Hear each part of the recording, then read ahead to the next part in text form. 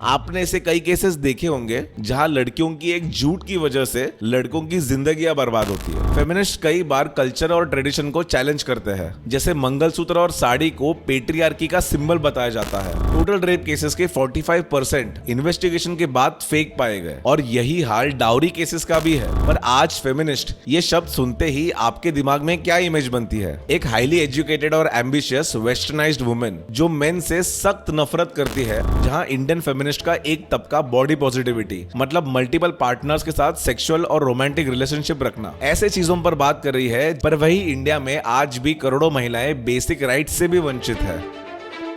उन लेटर्स में acid attack, rape, murder और अन्यथा काफ़ी चीज़ें लिखी गई थी जो कि मैंने नहीं लिखी, परंतु उस लड़की के अनुसार मैंने लिखी है और मेरे द्वारा लिखाई गई है।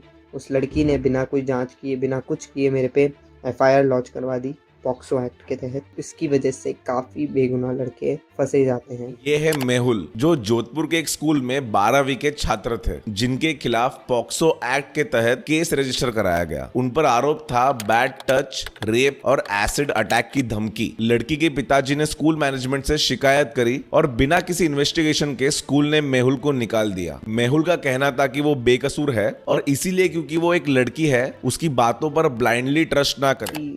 फेमिनिज्म के तहत लड़की की सिर्फ बात सुनी जा रही है, हमारी बात नहीं रखी जा रही है। पर स्कूल ने मेहुल की एक नहीं सुनी, लेकिन फिर सच सामने आ गया। दरअसल मेहुल की और उस लड़की के बीच में एक अच्छी दोस्ती थी, पर जब लड़की के पिताजी को इसके बारे में मालूम पड़ा तब उसे घर में बहुत डांट पड़ी और फिर दोनों के बीच बात होनी बंद हो गई। इसी बीच मेहुल की दोस्ती किसी और के साथ होने लगी जो उस लड़की को पसंद नहीं आया और उसने मेहुल से बदला लेने का सोचा। उसने खुद ही अपने बैग में धमकी भरे लेटर्स डाले और उसका आरोप मेहुल पर लगा दिया। पर सच तब सामने आया जब मेहुल की गिरफ्तारी के बाद भी वो ये लेटर्स लिखती गई। पूछने पर उसने ये एक्सेप्ट किया कि वो ये सब बदले की भावना से कर रही थी। पर इस सब की कीमत मेहुल को चुकानी पड़ी, क्योंकि सोसाइटी में शर्म और बेइज्जती दोनों मेहुल को झेलने पड़े। और ये कोई इकलौती कहानी नहीं है। आपने ऐसे कई केसेस देखे होंगे जहां लड़कियों की एक झूठ की वजह से लड़कों की जिंदगियां बर्बाद होती है। सोचने वाली बात यह है कि आखिर ऐसा हो क्यों रहा है। The problem starts with feminism, the toxic feminism of modern society. They not let me see my child for 3 years. If I go for divorce, I will lose my child. I will not ever see my child whole of my life. This is the law in India. I tried my best. I went to lawyers. I thought, but they all said you cannot get divorced without her wish. और अब तो court में भी वो 20 लाख रुपए मांग रहे हैं। जज भी कह रहा है इसको 20 लाख रुपए दे दो। मैं कहाँ से दूं? Starting from the time of marriage, you used to blame for the want of money, accuse and torture me for the want of money. और क्या यही रियल फेमिनिज्म है? इसे समझने के लिए हमें फेमिनिज्म के हिस्ट्री को समझना पड़ेगा।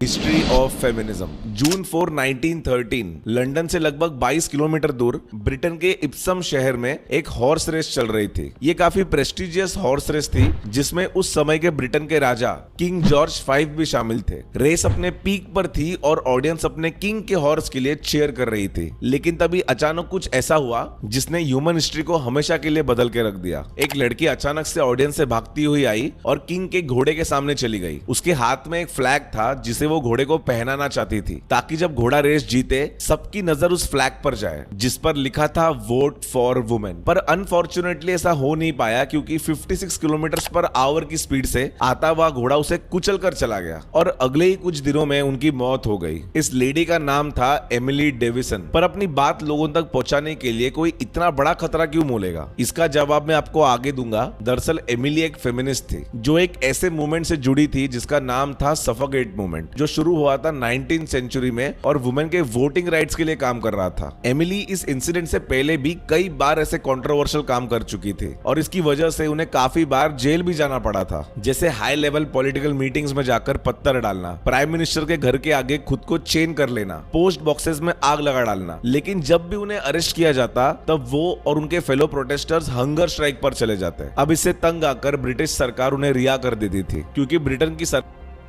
रीजन नहीं बनना चाहते थे। कुछ ही समय में ब्रिटिश गवर्नमेंट ने इसका तोड़ ढूंढ निकाला। अब वो हंगर स्ट्राइक पर जाने वाले लड़कियों को फोर्स फीड करते एक ट्यूब के थ्रू, जिससे लिक्विड न्यूट्रिएंट्स को नोज या माउथ से स्टमक तक पहुंचाया जाता है ताकि प्रोटेस्टर्स की मौत ना हो। देखा जाए तो ये बहुत ही क्रूएल तरीका है कोई भी प्रोटेस्ट रोकने का, जिसे ब्रिटिश गवर्नमेंट ने बाद में इंडिया के फ्रीडम फाइटर्स पर भी इस्तेमाल किया। एमिली 7 बार अरेस्ट हुई थी और 49 बार उसे फोर्स फीड कराया गया था। पर इतना कुछ करने के बाद भी फेमिनिज्म के मूवमेंट को इतना सपोर्ट नहीं मिल पा रहा था। इसीलिए एमिली कुछ ऐसा करना चाहती थी जिससे उन्हें ब्रॉड सपोर्ट मिल पाए, और ऐसा हुआ भी। इस ट्रैजिक इंसिडेंट ने इस मूवमेंट को फाइनली ग्लोबल अटेंशन और सपोर्ट दिलवाया, और आखिरकार 1918 में ब्रिटिश गवर्नमेंट ने representation of people's act introduce किया, जिसने 30 साल की ऊपर के वुमेन जो मिनिमम प्रॉपर्टी क्वालिफिकेशन मीट करती थी उनको वोटिंग राइट्स दिए। फॉलोड बाय दिस 1919 में यूएसए और फिर दुनिया की कई और कंट्रीज में भी वुमेन को वोटिंग राइट्स मिलने लगे। पर फेमिनिज्म बस इतने तक सीमित नहीं था, ये तो बस एक शुरुआत थी। इसके बाद हिस्ट्री में कई ऐसे इंटरेस्टिंग इवेंट्स हुए जिन्होंने फेमिनिज्म के मूवमेंट को एक पॉपुलैरिटी दिलवाई और साथ में वुमेन को ऐसे हक दिलवाए जिससे पूरी दुनिया में वुमेन का सोशल स्टेटस बढ़ने लगा। जैसे 1960s का ब्रा बर्निंग मूवमेंट जो काफी पॉपुलर हुआ। इसका उद्देश्य था ट्रेडिशनल जेंडर रोल्स को चैलेंज करना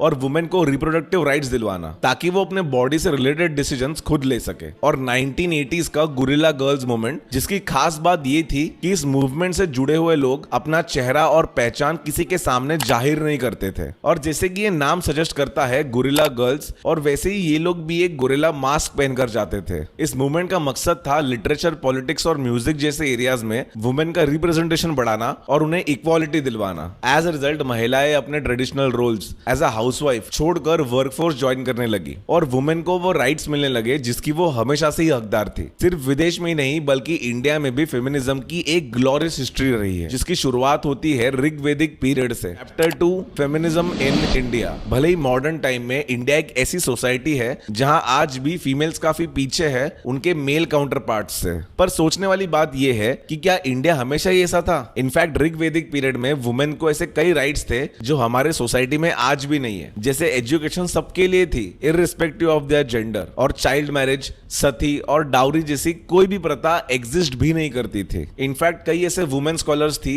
जो शास्त्रत में हिस्सा लेती थी, जो कि एक तरह के हाई लेवल इंटेलेक्चुअल डिबेट हुआ करते थे फिलोसॉफी और रिलीजन पर, और कई बार वो अपने मेल काउंटर पार्ट्स को हरा भी देती थी। वुमेन अपने चॉइस का पार्टनर सिलेक्ट कर सकती थी और चाहे तो लाइफ लॉन्ग अनमैरिड रहना भी ऑप्ट कर सकती थी। और इन लड़कियों को ब्राह्मणवादी के नाम से जाना जाता था, जिनमें से एक थी गार्गी, जिन्होंने ऋग्वेदिक के कई हाइम्स लिखे। ऋग्वेदिक पीरियड में सोसाइटी में वुमेन की पोजीशन बहुत ही स्ट्रांग थी और रिस्पेक्टफुल थी। पर मॉडर्न पीरियड आते आते इंडियन सोसाइटी एक ऐसी सोसाइटी में कन्वर्ट हो गई जहां लड़कियों की एजुकेशन तो बहुत दूर की बात है, उनके पास बेसिक ह्यूमन राइट्स भी नहीं थे। लेकिन फिर इंडिया में भी कई ऐसे मूवमेंट चले जिन्हें लड़कियों को वापस वो आजादी दिलवाई जिनकी वो हमेशा से ही हकदार थी। जैसे कि सरोजिनी नायडू, जो एक राइटर और एक फ्रीडम फाइटर थी, जिन्होंने अपने ऑर्गेनाइजेशन WIA मतलब वुमेन्स इंडियन एसोसिएशन के थ्रू इंडिया में इंटरनेशनल सफरेज मूवमेंट चलाया और इंडियन वुमेन के वोटिंग राइट्स के लिए लड़ी, और widow remarriage, right to representation जैसे कई और इक्वालिटी कैंपेन्स भी चलाए। फिर इंडिया में फेमिनिज्म के लेगेसी को आगे बढ़ाया, और ऐसे कई मूवमेंट्स ने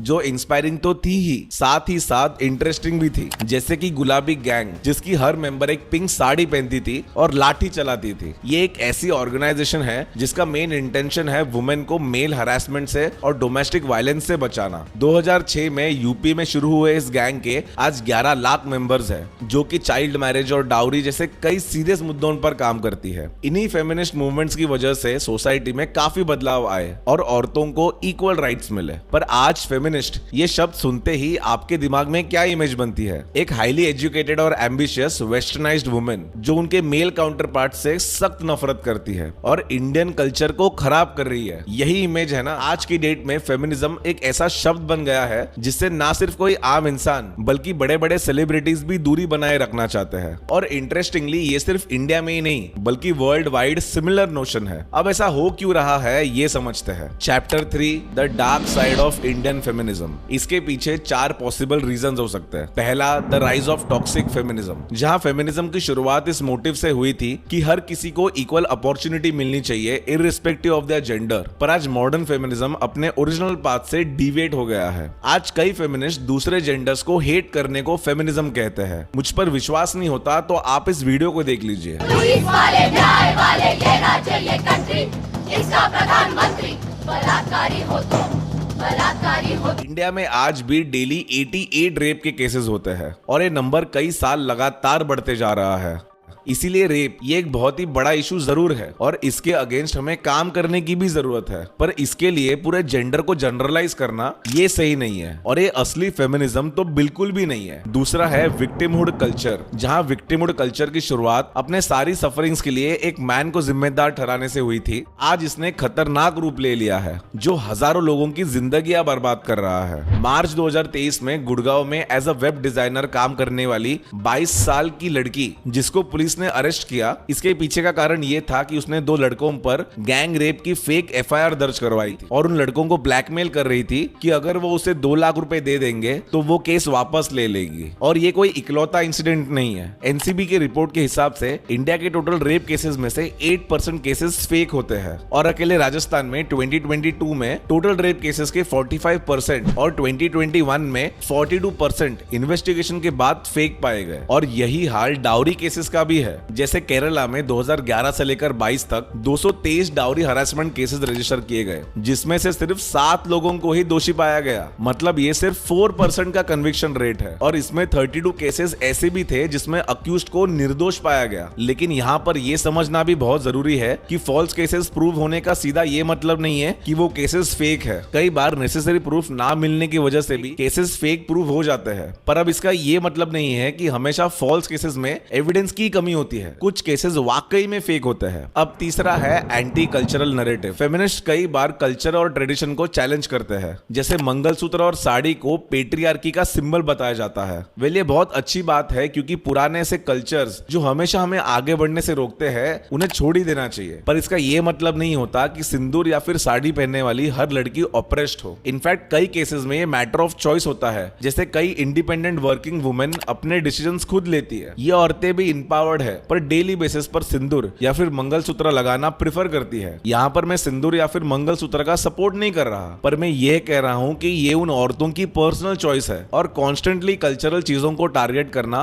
फेमिनिज्म के प्रति एक नेगेटिव सेंटिमेंट्स बढ़ाता है। 2018 में जब पद्मावत रिलीज हुई तब स्वरा भास्कर ने फेमिनिज्म के पॉइंट ऑफ व्यू से कुछ ऐसे स्टेटमेंट्स दिए जिसमें उन्हें जौहर को ऐसी एक प्रथा के रूप में डिस्क्राइब किया जो बहुत ही कंडेमेबल है। पर जौहर एक फ्री डिसीजन था जिसमें वुमेन खुद डेथ ऑप्ट करती थी अपने फ्री विल पर, यानी अपने बॉडी से रिलेटेड डिसीजंस खुद लेती थी, जो कि फेमिनिज्म के स्पिरिट में आता है। ऐसे इंसिडेंट्स फेमिनिज्म को एक एंटी इंडियन कल्चर के रूप में दिखाते हैं और साथ में लोगों के मन में फेमिनिज्म के लिए हेट पैदा करते हैं, जो कि सही नहीं है क्योंकि एक इंसान फेमिनिज्म के पूरे आइडियोलॉजी को रिप्रेजेंट नहीं करता। अब चौथा पॉइंट है नो इंक्लूसिविटी। इंडिया में आज भी 4 में से 1 लड़की की शादी 18 साल से पहले हो जाती है और ये टोटल फीमेल पॉपुलेशन का लगभग 23% है। वेस्ट बंगाल, बिहार और त्रिपुरा जैसे स्टेट्स में 40% लड़कियों की शादी 18 साल से पहले ही हो जाती है। इनफैक्ट चाइल्ड मैरिज ये एक इतना बड़ा इशू है कि इस पर मैंने एक पूरा वीडियो बना रखा है। इस वीडियो के बाद में जरूर देख लेना। Let's get back to the topic. दुनिया के टोटल 60 मिलियन चाइल्ड मैरिजेस में से 40% इंडिया में ही होते हैं और हर रोज 20 वुमेन मारी जाती है देश भर में दहेज के नाम पर। और इंडियन वुमेन का वर्कफोर्स पार्टिसिपेशन इंटरेस्टिंगली हर साल डिक्लाइन हो रहा है। 80% ऑफ वुमेन आज भी वर्कफोर्स से बाहर है। Nearly 30% of married women domestic violence face करती है, जहां इंडियन फेमिनिस्ट का एक तबका बॉडी पॉजिटिविटी मतलब मल्टीपल पार्टनर्स के साथ सेक्सुअल और रोमांटिक रिलेशनशिप रखना ऐसे चीजों पर बात कर रही है जिनको मैं गलत भी नहीं कह रहा। पर वही इंडिया में आज भी करोड़ों महिलाएं बेसिक राइट से भी वंचित है, जबकि ऐसे मूवमेंट्स की उनको ज्यादा जरूरत है। इस वजह से इंडिया में फेमिनिज्म को नॉन इंक्लूसिव समझा जाता है और इसकी इमेज सिर्फ टॉप सिटीज में एलिट और प्रिविलेज्ड महिलाओं के कंसर्न के रूप में बन गई है। Now let's discuss what is the way ahead. तो क्या वुमेन को मैन के अबाव राइट्स दिलवाने वाले नियमों को हटा देना चाहिए, जैसे कि लेडीज रिजर्वेशन? बिल्कुल भी नहीं। भले ही वुमेन रिलेटेड लॉस का मिसयूज होता है, पर रियलिटी तो ये भी है